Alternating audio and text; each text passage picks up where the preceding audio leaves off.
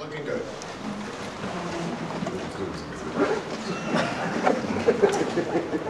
Mr. President, honorable leaders, and members of the Common Council, Madam Clerk, city officials, department directors, employees, and my fellow Danburyans. In accordance with my duties as mayor and those prescribed by the charter of the city of Danbury, I respectfully present my proposed budget and the comprehensive capital improvement plan for the fiscal year 2009-2010. Before I begin my budget details, let me say thank you to the legislative body of our city, the Common Council, and of course its leadership. Our council spends hours working on city's business in a voluntary capacity. In the coming month, they'll be giving up their evenings and weekends to deliberate over this body of work. For their dedication and commitment, we should all be thankful. I'd also like to thank our Director of Finance, Dave St. Hilaire. Dave has spent hundreds of hours poring over these numbers, and of course with the aid of his outstanding and capable assistant, Judy Barris, they've been able to create a first-class document that all of us can be proud of. Ladies and gentlemen, as in the past, Danbury stands on strong financial footing. We continue to maintain the highest credit rating and bond rating in our history. This year, I'm proud to report to you that Standard & Poor's, the largest of the 3 credit rating agencies, has upgraded us because of our sound financial practices and our strong financial performance. We continue to have one of the lowest effective property tax rates in the state, and our sewer and water rates are 100% below the state average. I would encourage you to review the graphs and charts that are included in your budget book. In particular, I'd like to point out our low debt service rate and our high fund balance. Both of those numbers continue to remain healthy, and they continue to remain strong. Central to the operation of our local government is our mission statement. Our mission statement defines and drives our purpose and our decision-making process here in the city of Danbury. The city of Danbury's mission is to ensure a superior quality of life for its citizens by providing the most cost-effective municipal services while preserving the cultural, historical, and natural resources of our city. We are committed to working with citizens to enhance Danbury's position as a premier place to live, to work, and to raise a family in a traditional yet progressive community. This year's spending plan reflects that mission, but it does so in an increasingly difficult economic environment. I cannot think of any other time in our history of our city, with probably the exception of the Great Depression, that we have been challenged as we are today. And let's make no mistake, this current economic crisis that has engulfed us is not the fault of our residents, and is certainly not the fault of our city government. Unfortunately, Wall Street's irresponsible gambling and the poor decisions made by the larger financial institutions in general have brought the economic crisis from Wall Street to Main Street. This year's spending plan meets the challenge, but it does not relieve us of a burden created by greed and arrogance in the financial industry. That we will have to face for the many years to come. We are faced with declining revenues in almost every aspect of the budget. Specifically, our building permits are down 27.8%, reflecting the current national recession. Our motor vehicle grand list is down $21 million, reflecting the slowdown in motor vehicle sales. Our investment incomes are off by almost 50%, reflecting lower interest rates. Our grand list has actually dropped by $8 million. And in the coming year, we expect a 22% decline in permits and in license revenue. In response to these challenges, we've already taken a number of proactive steps to help mitigate the downturn in this year's economy. And some of those highlights include, we've implemented a spending freeze and a hiring freeze effective July 1. We've deferred filling 14 positions. We've implemented a 4-day work week to save on energy and overtime costs. We've deferred some of the capital improvement projects. We've renegotiated energy costs and other expenditures with our vendors. We've conducted internal assessments and reviews of financial practices of various departments. We've reviewed the assignments of city vehicles. And in the 2009-2010 budget, I recommend that we continue these cost-cutting practices, and in some cases that we expand on them. In the next fiscal year, I'm recommending that we eliminate the 14 unfilled positions with an approximate savings of $1 million in salary and benefits. I'm recommending that we implement the early retirement program to eliminate a minimum of 10 positions providing additional savings of $700,000. We need to retool our health insurance programs to offer more voluntary options for our employees. We'll eliminate underutilized office equipment. Folks, in this budget, we've even eliminated the water coolers. And by the way, the cost savings is $13,000. We will implement aggressive tax collection methods to clear up any aging accounts and receivables. We're going to continue to monitor and to regulate overtime expenditures. We've eliminated salary increases for our department heads as well as the Office of Mayor. And we will continue to look to develop new ways to generate revenue. I've also already taken several steps to help us as we develop our 2009-2010 budget. We have renegotiated and locked in our heating oil price at $2.18 per gallon and our gasoline price at $1.74 per gallon. This will save the city of Danbury hundreds of thousands of dollars in energy costs in our next budget. For managers hired after January 1st, 2009, I've eliminated free retiree medical insurance and now require a contribution to our pension plan. In addition, new managers hired after January 1st, 2009 will have a lower cost medical plan as opposed to the costlier healthcare plan that is currently offered. All of these decisions represent a sweeping change in our employee benefits for our senior staff. And while these strategies will be effective, we must continue to reduce spending at every level and at every opportunity while we weather the economic storm around us. That is why the 2009-2010 budget is a zero-growth budget. Our general government operation budget is approximately $1 million below last year's general operations budget. In the 2009-2010 budget, I'm also proposing that we borrow no money to fund our capital improvement program. All capital improvements will rely on previously authorized funding or on the federal economic stimulus program. And for the third straight year, I'm proposing no increases for sewer and water rates. For the education budget, I proposed a zero-growth budget of $112 million. And I know that this is going to be a difficult challenge for the Board of Education to meet. But we must ask them to continue to refine and review their numbers in this unsettled economic time. I have no doubt that the Common Council will work with the Board of Ed to ensure that we are providing services that meet the needs of our children as well as respect the taxpayers' ability to pay.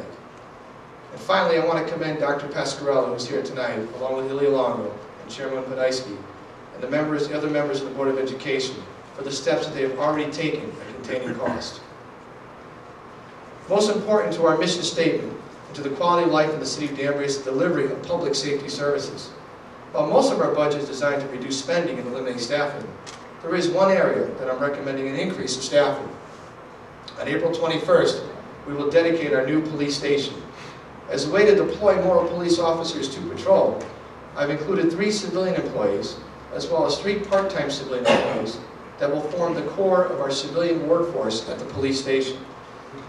We are also applying for federal stimulus funding to provide for civilian dispatching at the new police station. The centralizing and civilianizing of dispatch will allow us to put more officers on the street and more firefighters in the field, helping us to utilize our staff more effectively and ensuring that we remain the safest city in Connecticut. Tonight, you will also see grant application on our agenda for the funding of 12 new police officers under the Community-Oriented Policing Service Program, commonly referred to as COPS. These positions are fully funded by the federal government for the next 3 years. The new officers will enhance the bike patrol as well as expand the Traffic Enforcement Division of the Danbury Police Department. The expanded Traffic Enforcement Division will include a new motorcycle patrol with motorcycles which are purchased to the Asset Forfeiture Fund. Ladies and gentlemen, the spending plan represents a maintenance approach to our government while we wait for the economic climate to improve. And as such, there are no other major initiatives.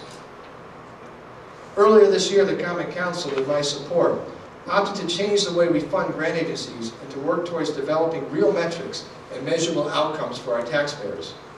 I have identified several agencies that are performing services for the City of Danbury that we will fund so that we do not have to hire staff to perform the services that they are already doing. I've included funding for 3 key areas: women, and specifically the Women's Center, which provide critical prevention, support, and counseling for those who are victims of family violence. We're funding services for children through Danbury Youth Services to provide critical counseling for challenged youth in our city. We're also providing funding for our community, specifically the Connecticut Institute for Communities, to provide assistance and capacity for those nonprofits that will be impacted by our new fund distribution method.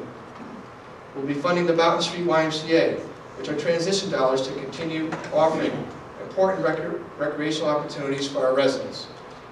We'll be funding the War Memorial, which provides services for our emergency management system. They also provide events for our veterans as well as recreational opportunities for our youth.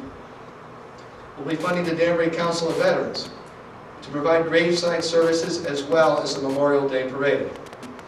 We'll be providing a modest fund to the Volunteer Center to continue to manage our SAVE program for our seniors. And of course, we'll be funding DAWS, which is a modest grant to help manage our animal shelter on the weekends. There is one organization, however, that I think may merit a second look, and that is the Danbury VNA. The Danbury VNA provides critical nursing services for our residents. So I'm proposing that we enter into a memo of understanding with the VNA, which will allow us to pay for them for the services that they provide to our residents on a case-by-case basis. I've assigned approximately $500,000, which will be distributed through the grant process established by the Common Council early in the year. The task force will distribute money in 3 key areas. In economics, and this category is designed to promote financial stability and self-sufficiency in the economic crisis. Programs and initiatives that will be funded in this category will be homelessness, housing, financial literacy, job training, and basic needs that are a direct result of the economic crisis. In education, this category is designed towards helping children, youth, and their families achieve their potential. Programs and initiatives that will be funded include after-school care and parent education programming. Of course, a well-educated workforce attracts world-class jobs. Health. By promoting health and wellness in the community, our programs and initiatives include those to promote a healthy lifestyle, counseling services, and home health care. And I'm also proposing tonight that we rally the residents of the City of Danbury to support these causes as well. The initiative I'm proposing is called Danbury Cares About Danbury. And we'll ask our residents to support our investment strategy in Danbury's nonprofits and to support their fellow citizens who are experiencing difficult economic times with an additional voluntary donation. Thank you, Councilman Stanley, for this idea. To do so, I've asked our tax collector, Scott Ferguson, to design and include a new form in the tax bills to solicit a voluntary donation from our residents. If each taxable property donated just $20, we could raise an additional $500,000 for these organizations that would be used to service and aid our residents in this difficult time of need. The impact of our spending plan to our residents is, of course, critical as we seek to balance our budget, protect our quality of life, and reduce costs. After much careful analysis and much discussions with our Director of Finance, tonight I'm recommending that we freeze the phase-in of our state-mandated revaluation. This means that with exceptions of new construction and adjustments, the assessments of all property in the City of Danbury will be frozen at their current level. By suspending the phase-in, we can ensure that the taxpayers of Danbury will not be saddled with an assessment which may not be reflective of current market conditions. The suspension of the phase-in will also allow residents to have breathing room in an unsettled economic time. A suspension of the reevaluation will also reduce the impact of our budget to our residents. In order to implement a suspension of the phase-in, the state legislature must adopt a bill that is pending before it, which was passed out of Finance, Revenue, and Bonding Committee. This bill was passed with strong bipartisan support. It is my understanding that it has a very strong chance of success in becoming law. In addition to the suspension of the phase-in, I've also asked the legislature to consider the possibility of allowing cities and towns to discard their most recent revaluation and give the authority to conduct a new revaluation before the next scheduled evaluation day. Assuming a freeze of the phase-in of the revaluation, the impact of the proposed budget to our taxpayers includes a mill rate increase of 0.31 or just a little over 1%. A typical home that is assessed at $239,900 currently pays $5,121.86 in property taxes. Under the proposed 2009-2010 budget, that same home would pay $5,196.23, a difference of $74.36 for the entire year, or approximately $6 per month. Should the legislature decide not to allow for suspension of the phase-in of the reevaluation, we will adopt a lower mill rate that will reflect our spending plan and implement the next phase of the reevaluation according to law. I'm also assuming that state aid will remain relatively flat for the coming fiscal year. Both Governor Rell's budget and the legislative Democrats' budget that was released on Friday indicates that Danbury will be receiving approximately the same amount of state aid that it received last year. The 2009-2010 budget does not assume any savings from the proposed early retirement program or any cost-reducing efforts that we've outlined earlier in this address. I've also reduced revenue projections to reflect our current economic environment. In the long term, our corner of Western Connecticut will overcome the economic crisis. However, the economic forecast for the short term shows little in the way of potential rebound and improvement. In this economic crisis, with a national unemployment rate of 8.5% and possibly reaching 10%, we have choices to make. Those choices and those decisions are the same choices and the same decisions being made around every kitchen table in our community. What steps can we take to save money? What steps can we take to ensure that we live within our means? Some of our residents have lost their jobs. Still others have tragically lost their homes. And all of us have seen our most important asset, our home, significantly devalued. So in tough times, we have to make the tough decisions. This spending plan makes the tough decisions. In essence, the proposed budget reflects the budget that we can afford, not necessarily the one that we would create in good economic times. During these difficult economic times, people of our community need their local government to be responsive, to be agile, and to be compassionate. It's our duty to let residents know that we are for them and that we care about them. It's also our duty to provide the services that are necessary to maintain the quality of life that we all enjoy, and at the same time, strive to live within our means. Tonight, we've been summoned to a much higher challenge. A challenge that is bigger than Republican or Democrat. A challenge that is about our community. This is not the time for partisan politics. It is the time for us to roll up our sleeves and to get to work on behalf of all of our residents. This evening I ask for the Common Council support as we work together in a bipartisan fashion to develop our spending plan. I welcome the Common Council's input on improving our bottom line. I thank the members of this elected body for their care and concern for our city. The 2009-2010 proposed budget puts our priorities in order. It reduces spending in general government operations by almost $1 million, and it balances significant budget cuts with a small contribution from our taxpayers to maintain our quality of life. Ladies and gentlemen, I believe in the strength of this community. Our city will see its way through this difficult time. It's a time that was not created by us, but must be managed by us. Danbury is blessed with a diverse and strong economic base and a resilient people. There will be more tough decisions to make in the future, but we'll make them together as one community, united in purpose, dedicated to supporting and caring for each other as we face the difficult road that lies ahead. Madam Clerk, with these thoughts in mind, I respectfully submit to you this budget for our city's 2009-2010 fiscal year. Thank you for your attention. God bless America, and God bless the great city of Danbury.